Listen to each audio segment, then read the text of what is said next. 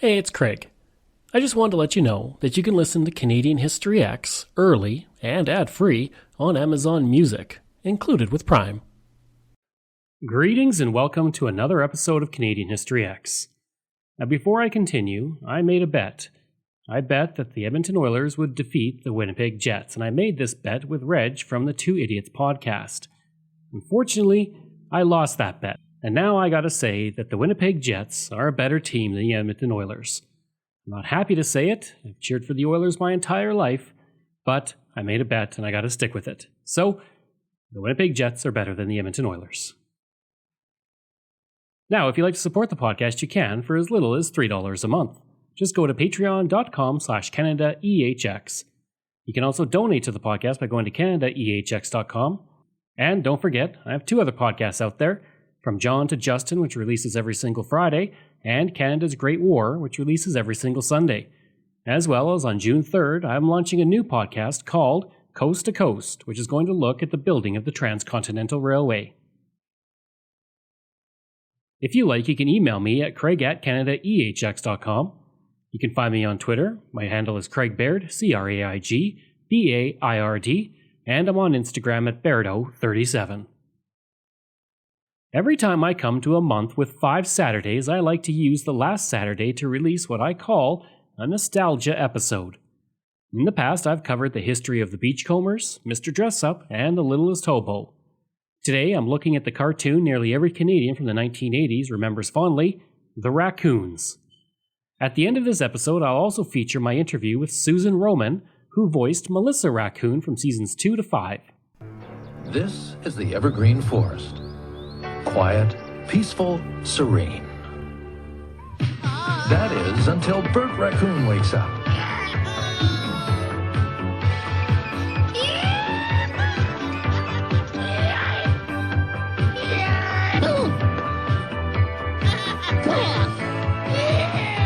Luckily, he has some good friends to help him out.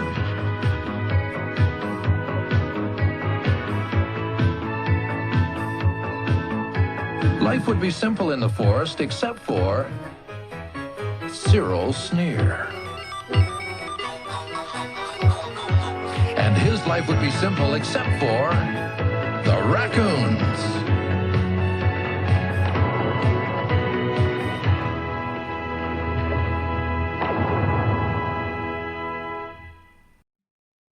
The beginning of the Raccoons comes down to one man, Kevin Gillis, who conceived of the show in the 1970s when he was working on other shows such as Celebrity Cooks, which starred Bruno Gerussi of the Beachcombers.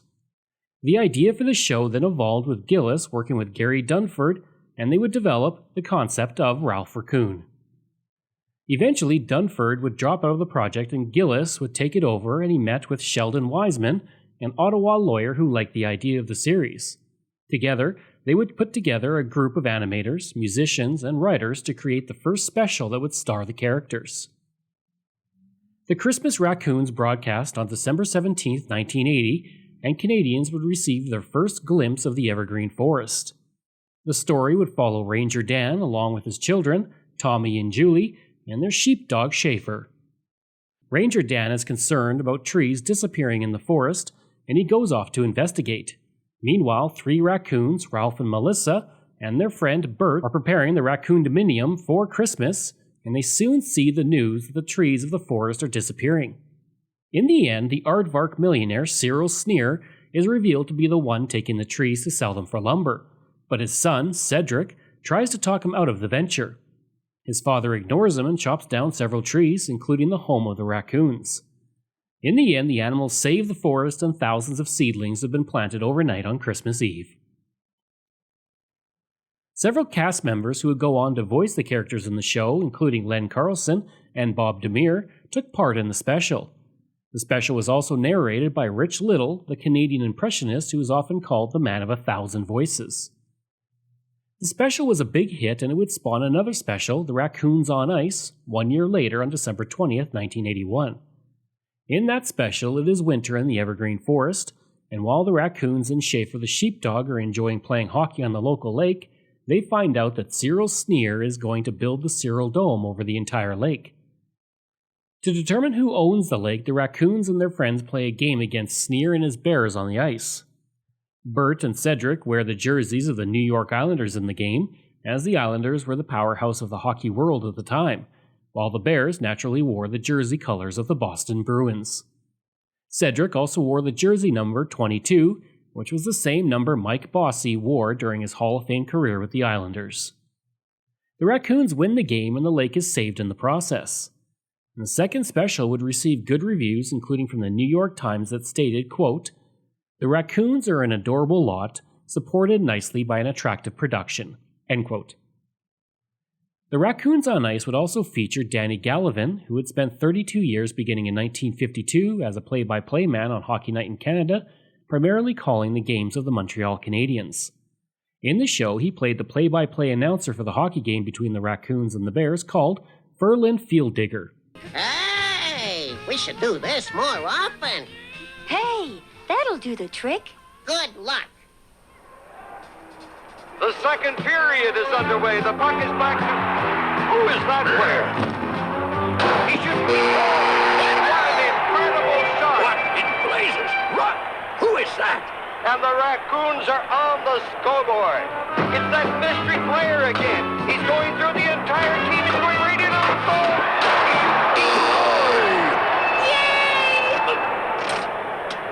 Get that guy and get him good! Turn him into a doormat! And it's now 3-2. Here we go again. He's straight up center ice. He's going through the defense. You dumb chunks! You wouldn't even frighten goalie A out! wicked backhand. He scores! With the specials doing well, Wiseman was approached about making a 13-episode television series about the Raccoons. But for now, only the specials would be made. A third special would be released on December 13, 1983, and it would be the first to develop the look and feel that would be seen in the later series. The special took on a science fiction feel and was heavily inspired by Star Wars. Originally, it was going to be a full-length film, but instead it was turned into an hour-long special, and it was well received. Variety would state, quote, "A rollicking good adventure filled with space-age animation, high-tech gadgetry, lifting tunes, a lovable sheepdog, and a delightful Raccoons team," end quote. A fourth special, The Raccoons Let's Dance, was also produced. In 1984, CBC and the Disney Channel began to fund a new television series based on the specials to be simply titled The Raccoons. The cost to make the first season would be $4.75 million or $10.6 million today. On July 4th, 1985, The Raccoons would debut. In Canada, it would spend its first season on the CBC on Monday evenings, and with its debut at 7:30 p.m., The Raccoons became the first animated show since The Flintstones to be broadcast in prime time, beating The Simpsons by 4 years. For seasons 2 to 3, it would be shown in the block of shows consisting of The Wonderful World of Disney and Fraggle Rock on Sundays. In its fourth season, it would move to Wednesdays and share a block with the powerhouse, The Beachcombers, before finally spending its fifth and last season airing on Tuesdays. The last episode would air on August 28, 1992. Originally, the show was only supposed to run for one season, consisting of 11 episodes, with Gold Rush serving as the series finale. Instead, the show was such a huge hit that the decision was made to keep the show going, which it would for another 4 seasons. While the first 4 specials were animated by the Canadian company Atkinson Film Arts, as well as the first season, seasons 2 to 5 would see the animation handled by Hinton Animation Studios. In the days before computer animation, all of the scenes were composed meticulously of hand-painted cells and background drawings, in which characters are drawn on transparent sheets and overlaid on a static background. The entire run of the show would result in over 500,000 cells. And the coloring department of the show alone had 25 people, as well as another 6 to 8 people who handled backgrounds, and 50 to 70 animators total depending on the episode. Sound effects were also done from scratch, including smashing watermelons to get the sound they needed. The show followed the same characters from the specials as well.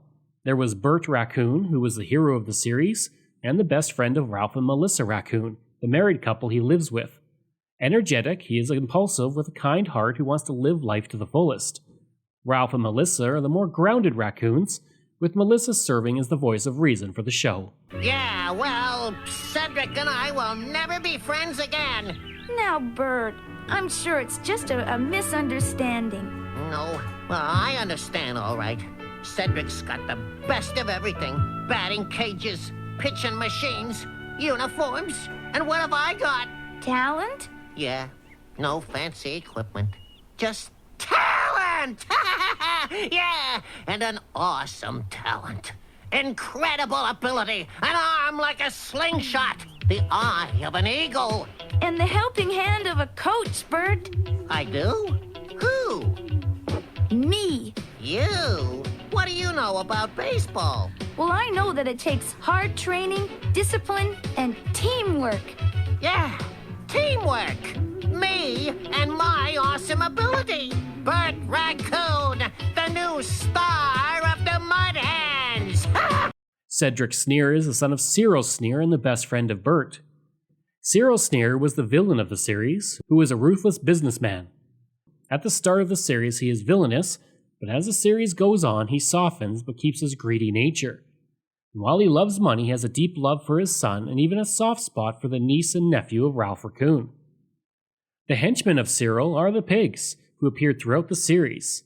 Never referred to by name typically, they are often bumbling and rarely help the schemes of Cyril. Schaeffer, my personal favorite character, was the large sheepdog who was the friend of the Raccoons. In the special, he was portrayed as slow and dim-witted, but in the series, he becomes one of the smartest characters and would eventually open the Blue Spruce Cafe, where he served as the bartender. His person is Dan the Forest Ranger, who is the caretaker of the Evergreen Forest. He is shown to be a single father in both the specials and series, with no mention of a mother for the children. The series was also able to hire the top voice actors in Canada at the time for its characters. Len Carlson, who voiced several voices, including Bert Raccoon, began his career in 1966 and would voice many famous characters, including Ganon in The Legend of Zelda, the Green Goblin in the original Spider-Man animated series, as well as in other productions including Beetlejuice, Donkey Kong Country, Rocket Robin Hood, and more. He also served as the Kraft Canada TV pitchman from the 1970s to the 1980s, and he would pass away on January 26, 2006. Michael McGee, who voiced Cyril Sneer, primarily worked on various CBC programs including Yes You Can, The Real McGees, and others, and he would pass away on July 15, 2011. Bob Demir would voice Ralph Raccoon and others on the show, and he also voiced Sam Crenshaw on today's special and Grump Bear on the Care Bears. Susan Roman is most associated with Melissa Raccoon, but she would come along in Season 2, replacing the previous voice actor from Season 1. In her career, she would appear on the Care Bears, Mega Man Legends, and she was one of the few voice actors to remain throughout the entire run of the Sailor Moon series. Marvin Goldhar voiced Cedric Sneer, but spent 40 years as a voice actor, beginning in 1963 and continuing until his death. He would voice Mr. Weatherby in the new Archies, and also provided voices for Star Wars Ewoks, Dog City, and the Care Bears. Schaeffer was voiced by Carl Banatz, who voiced several other characters. He had worked as a radio personality in Toronto, and also voiced characters on many shows including Babar. The show had a strong environmental focus initially, and it was never stated, but most believe that the Evergreen Forest was located in British Columbia. The major theme of the first special, after all, was deforestation. And as the series went on, the number of environmental-themed episodes began to decline. This is likely because over the course of 60 episodes, it could be hard to find new ways for Cyril to do something to the forest. There were still environmentally themed episodes, such as Power Trip, when Cyril Sneer tried to build a hydroelectric power dam. Another interesting aspect of the show is that the villains of the show tended to be animals that were foreign to Canada, including aardvarks, rhinos, and crocodiles. One of the most endearing aspects of the show was the music, which featured a new wave soundtrack including the theme song of Run With Us, performed by Lisa Lougheed.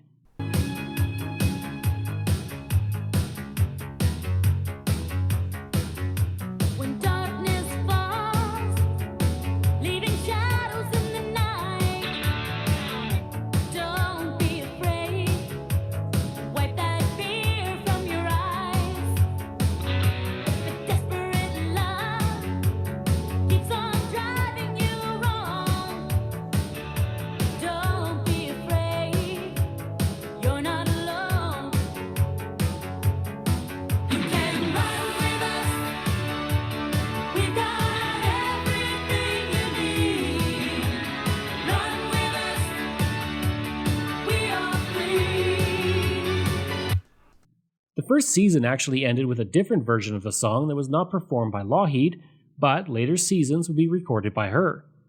The songs were enough of a part of the fabric of the show that an album would be released called Lake Freeze, the Raccoons soundtrack in 1983. A soundtrack album was also released after the fourth special. Lougheed was also a voice actor on the show, providing the voice of Lisa Raccoon, who was the niece to Ralph, and she became a much more prominent character in Season 5 after her first appearance in Season 4. She had received the job as a teenager after she was hired by Gillis, who was looking for a new singer for the show. In 1987, Evergreen Nights was released, with Lougheed not realizing that it was going to be released as an album, and she thought the songs had only been used for the show. Her version of Run With Us would peak at number 8 on the Canadian Adult Contemporary charts in 1988, and the song is also featured in many other different places and in other films. During the show's run, it would be nominated for several Gemini Awards, including for Best Sound and Best Writing. It would also win the Gemini Award for Best Animated Series. In 1990, Bert and Lisa Raccoon were also named the mascots of the Canadian Olympic team, although there were no Olympic Games that year. Over the course of the show, episodes were broadcast in 180 countries across the planet. In 2017, a CBC employee ran an unofficial Twitter poll to find the most memorable Canadian TV show of all time. After 400,000 votes were cast, Mr. Dressup would take top spot, but tied for 13th was not only another nostalgia show, The Beachcombers, but also The Raccoons. So could we see The Raccoons come back? Well, on July 4th, 2017, Gillis announced that there was a reboot in the works. Redesigned characters then appeared on YouTube on March 11th, 2018. Gillis would tell Global News, quote, "I've been thinking about it for the last 4 or 5 years, but ended up spending a lot of my time developing interactive authoring platforms. Part of what's really driving me here is we've had so many people who grew up with the Raccoons all over the world who have been saying, 'Wow, I love that show, it was great, it was fun, why don't you do a new one?' Because they're all raising kids now." End quote. Still near and dear to my heart, and very much so. In fact, if I ever get out of line, Cyril Sneer comes and gets me.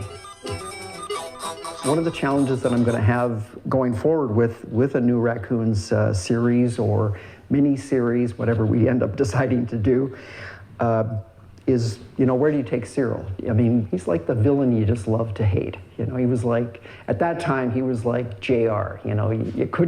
You had to watch JR and you wanted to see what he was going to do, but you knew at the end of the day, you hated, you really disliked him.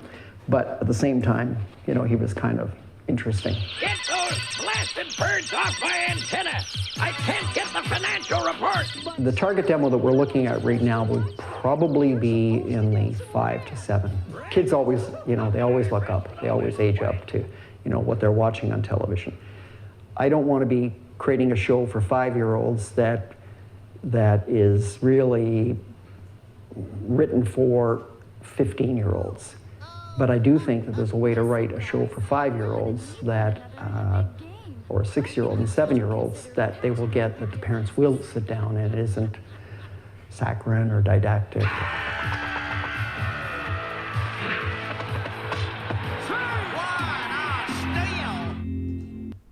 Apparently, a new special is scheduled for the holiday season of 2021 called When Raccoons Fly, so we may be enjoying a whole new series of the show many of us loved.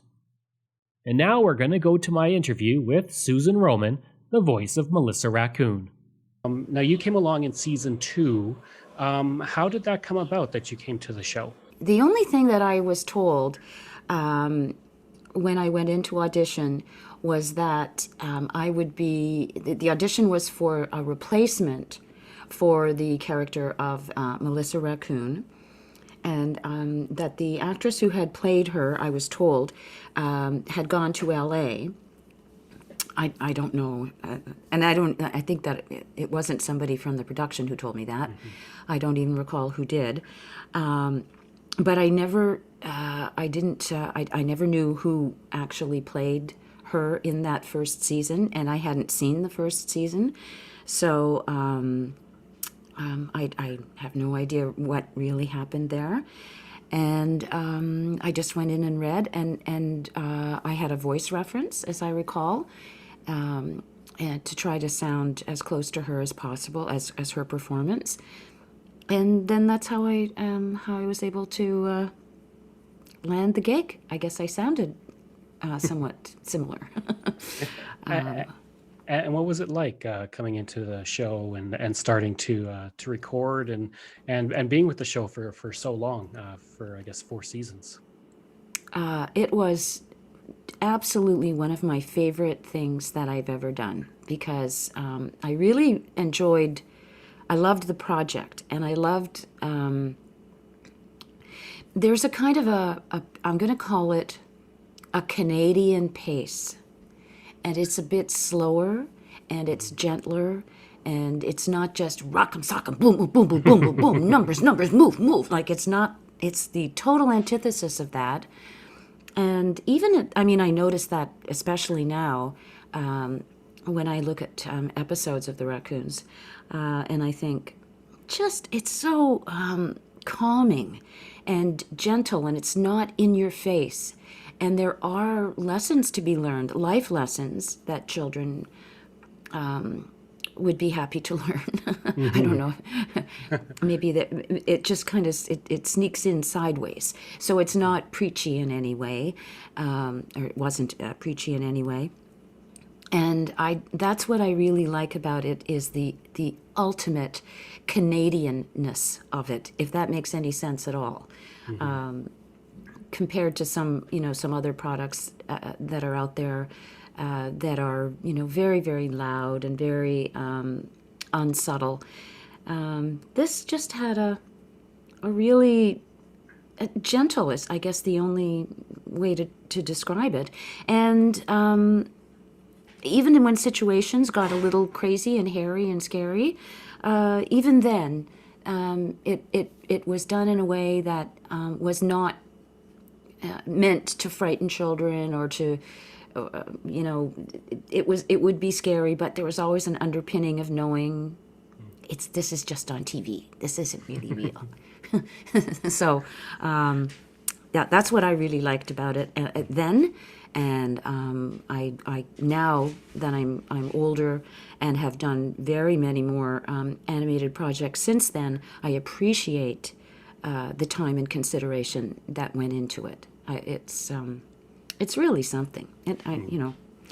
Absolutely, and Hey, it's Canada. got the staying power. Yeah, when you mention compared to other shows, like other shows on at the time, say like Transformers or things like that are very loud and very in your face. Is it surprising that the Raccoons was so successful? Because it's essentially raccoons, a sheepdog. I don't know what Cyril Sneer was, maybe an anteater or something. I don't actually know, but are you surprised by the success? Because it seems like on paper, it seems like a show that shouldn't work, but for a lot of people, it really did work. First of all, I didn't even realize while I was doing it that it was a success. we're always the last to know. We go in, we do our work to the very, very best of our ability, and then we just go home and think, well, I sure hope this one does well. So it was a lovely surprise to learn that it was successful, and that it was appreciated by people. And it was on, I believe, at some point, wasn't it on at night? Wasn't there? Saturday nights, I think, is when it was on. Which is really unusual for at that time. It was very unusual for a children's animated series to be airing at night. You kind of thought, oh. Okay. Those are for the children with absolutely no bedtime requirements whatsoever. Yes.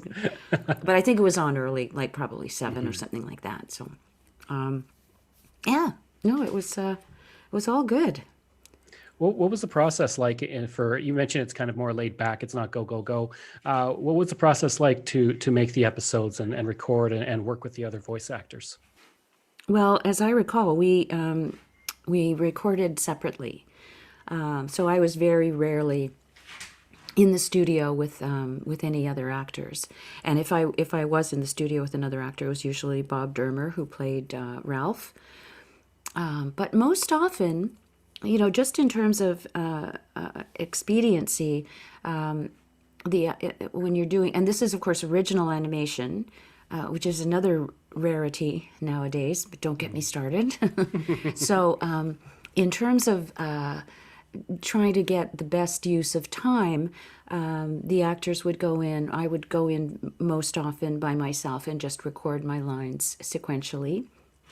And then this is where the director is so important, reminding you that this has just happened, this has just been said, this is perhaps the reaction that you have right now is not appropriate to the line that went before, et cetera, et cetera. So that was based, it's sometimes got to be a bit lonely in the studio.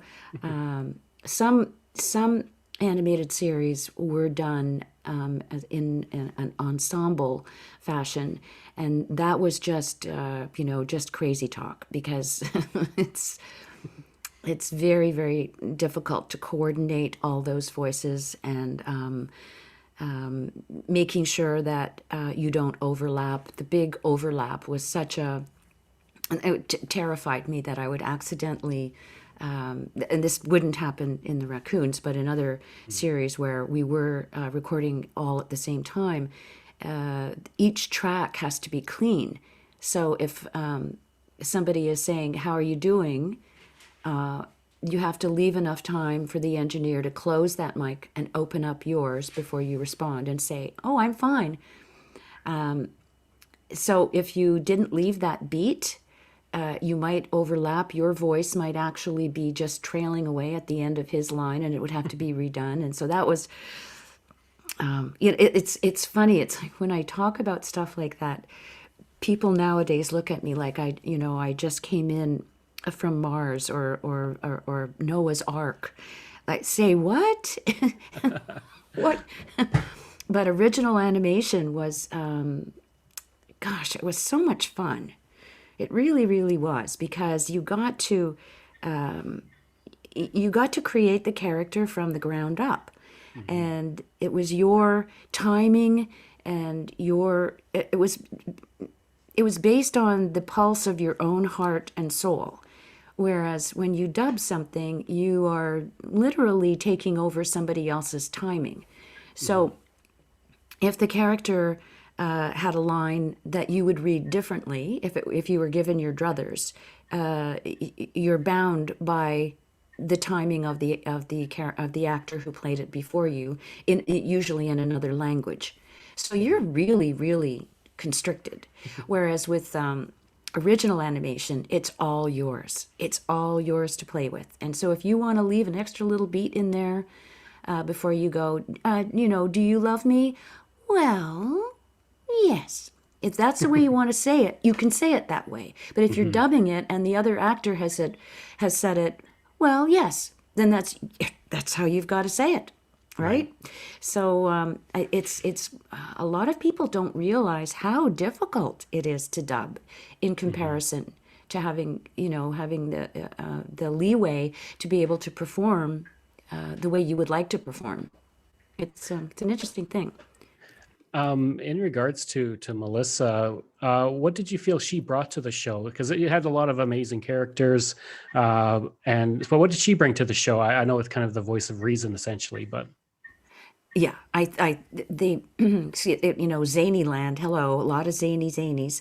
So you have to have that balance, and I think that was a really, really smart idea to just have some moments when it got toned down a little bit, and there was a little more.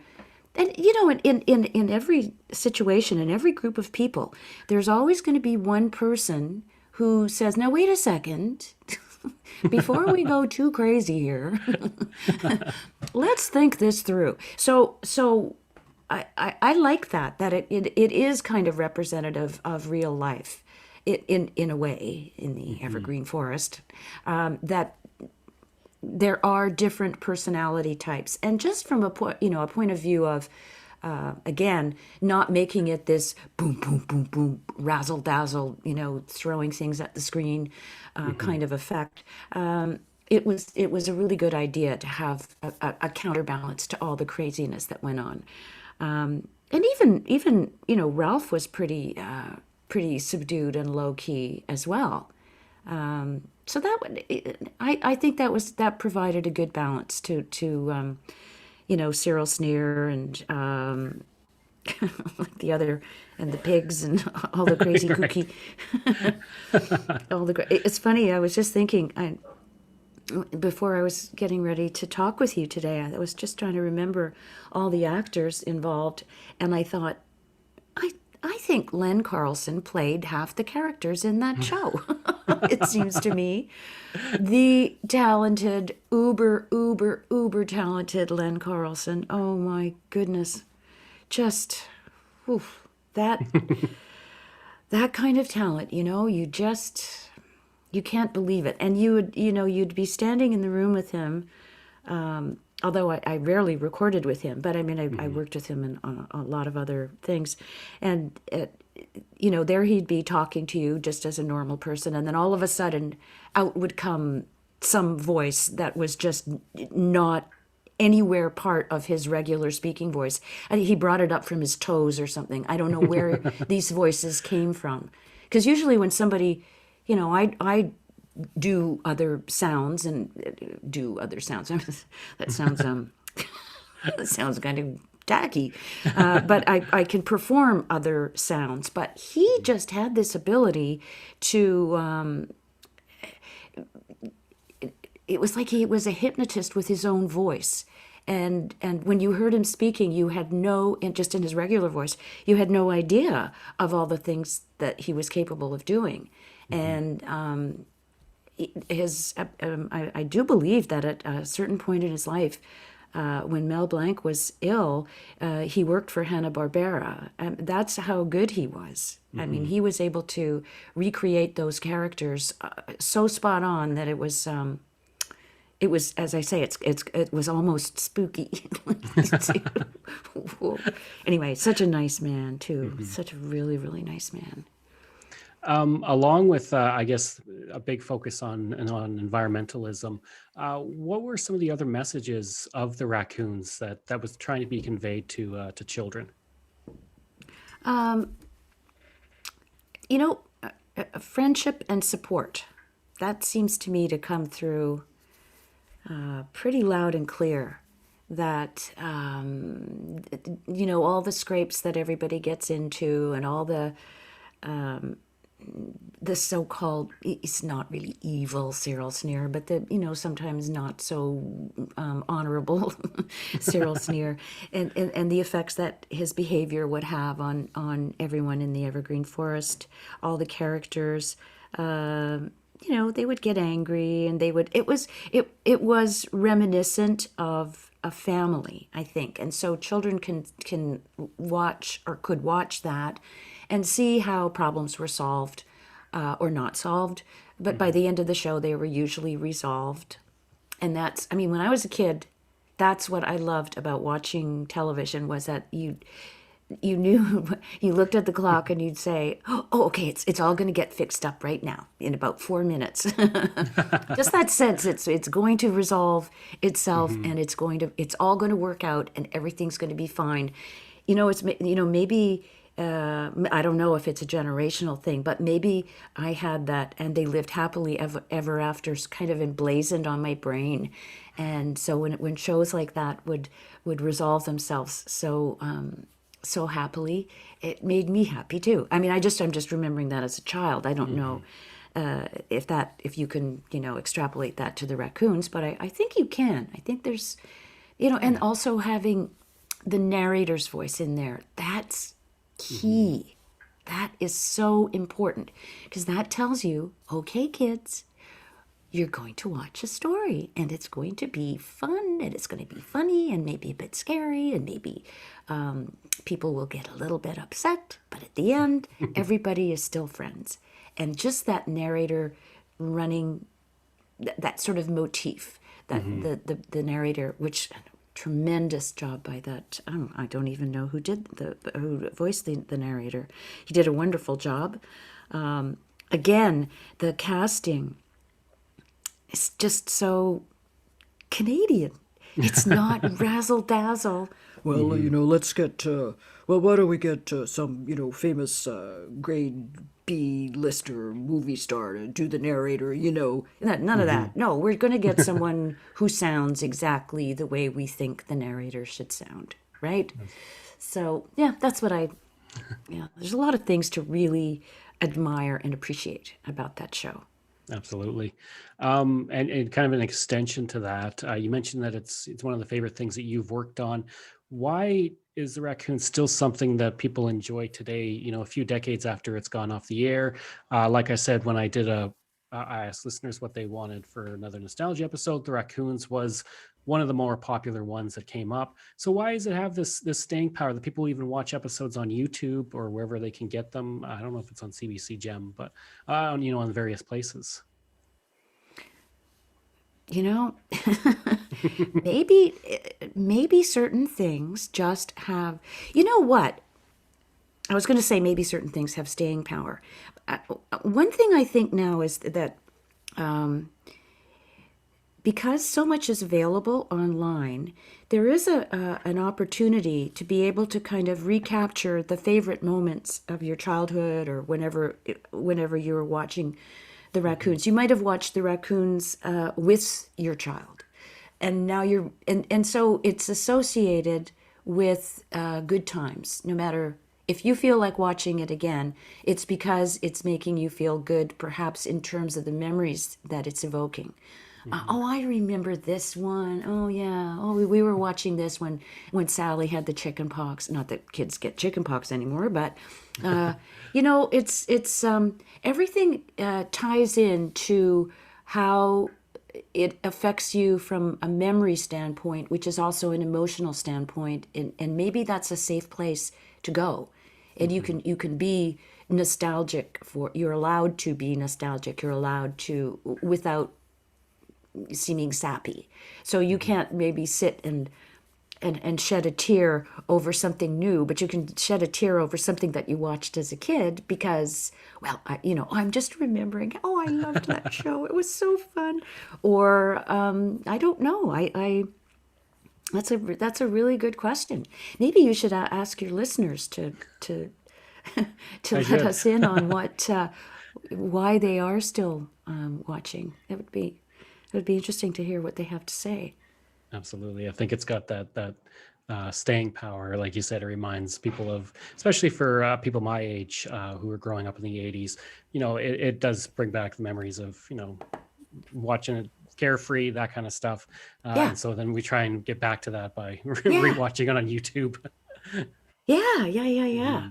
And we haven't spoken about Kevin Gillis. I mean, the mastermind. As I recall, he was at every or practically every session that I recorded, and he was very, very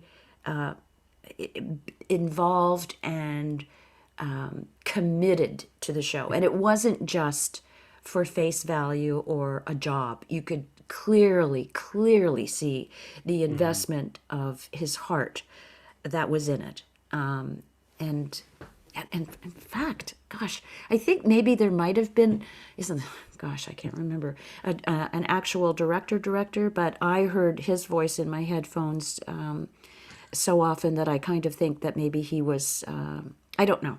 I should look that up. I should have looked that up.